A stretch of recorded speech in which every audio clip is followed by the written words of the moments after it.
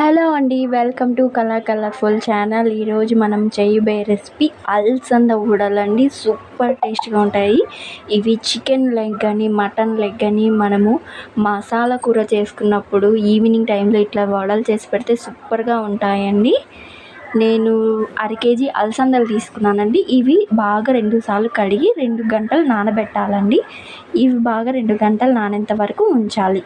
చూడండి, 2 గంటలు నానాక ఈ పైన పొట్టంతా తీసేసి నీట్గా కడిగి నేను బ్యాల రూపంలో మీకు చూపిస్తున్నా. చూడండి, బాగా నేను పొట్టంతా కడిగేసాను.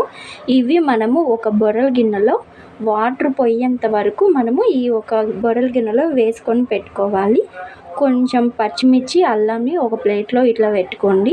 మొత్తం నేను అలసందలు మనం పిండిలోకి కొన్ని బ్యాళ్ళు తీసి పెట్టుకుందామండి. ఎందుకంటే ఇవి మనము పిండిలోకి వేసినప్పుడు వడలు కొంచెం క్రిస్పీగా మనకు నోటికి తగులుతాయి, సూపర్గా ఉంటాయి.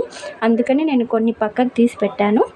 చూడండి, నేను మొత్తము అంతా గ్రైండర్కి వేసేసాను. పచ్చిమిర్చి, అల్లము, ఈ అలసందలు మొత్తం వేసేసాను. నేను ఆ పిండి అంతా బాగా మెత్తగా ఒక గిన్నెలోకి తీసి పెట్టేశానండి.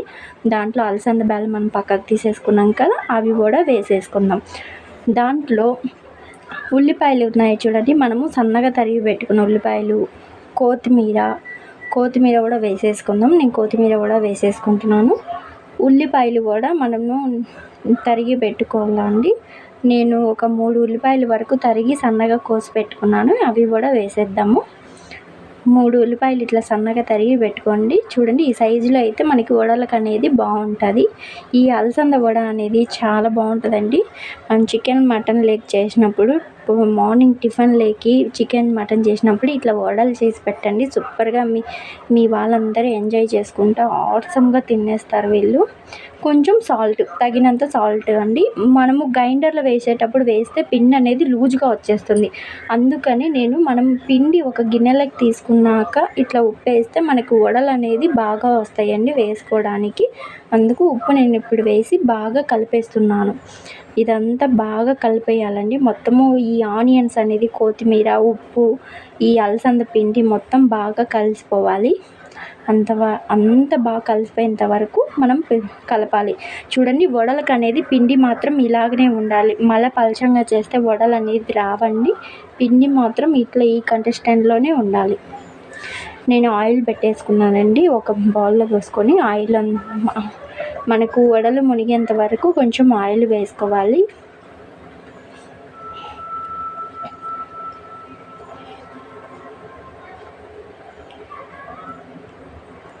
ఈ ఆయిల్ వేడెక్కేంత వరకు వేడి చేద్దామండి. చూడండి, కొంచెం పిండి వేస్తేనే మనకు తెలిసిపోతుంది ఆయిల్ వేడెక్కిందో లేదనేది. నేను ఒక టీ వడబోసుకున్నది జాలుడి ఒకటి తీసుకున్నానండి. టీ వడబోసుకునేది, దాని మీద మనం వడలు వేస్తే సూపర్గా వస్తాయండి. పిండిని కొంచెం ముద్దలుగా తీసుకొని దీనిపైన వేసి ఇట్లా రౌండ్గా ఇట్లా బొరబెట్టేసి ఇట్లా వేసేసామనుకో చాలా సులభంగా వడలు రాని వాళ్ళు కూడా ఈజీగా చేసేసుకోవచ్చండి.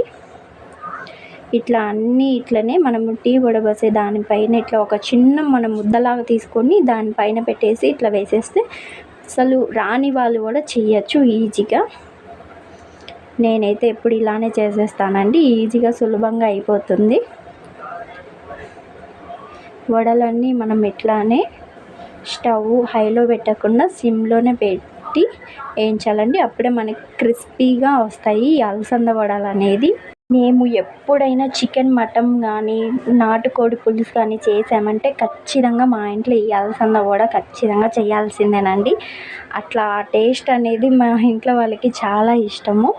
ఇట్లా ఇవన్నీ మనకు కొంచెం గోల్డెన్ కలర్ వచ్చేంత వరకు క్రిస్పీగా స్టవ్ సిమ్లో పెట్టి వేయించాలండి.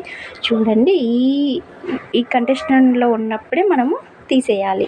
అప్పుడు మనకు క్రిస్పీగా ఉంటాయండి ఈ అలసంద వడలను. అన్నీ తీసేసుకుందాం. మిగతా పిండిని కూడా అలానే వేసేసుకుందామండి. ఇవన్నీ మనం ఒక గిన్నెలోకి తీసేసుకుందాము.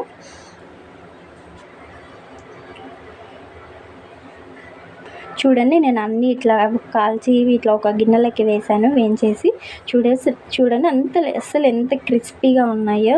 మీరు కూడా ఖచ్చితంగా ట్రై చేయండి, సూపర్గా ఉంటాయి. మీకు ఈ వీడియో కానీ నచ్చితే లైక్ చేయండి, షేర్ చేయండి, సబ్స్క్రైబ్ చేయండి, పక్కనున్న బెల్ని యాక్టివేట్ చేయండి ప్లీజ్. ఓకే అండి, బాయ్.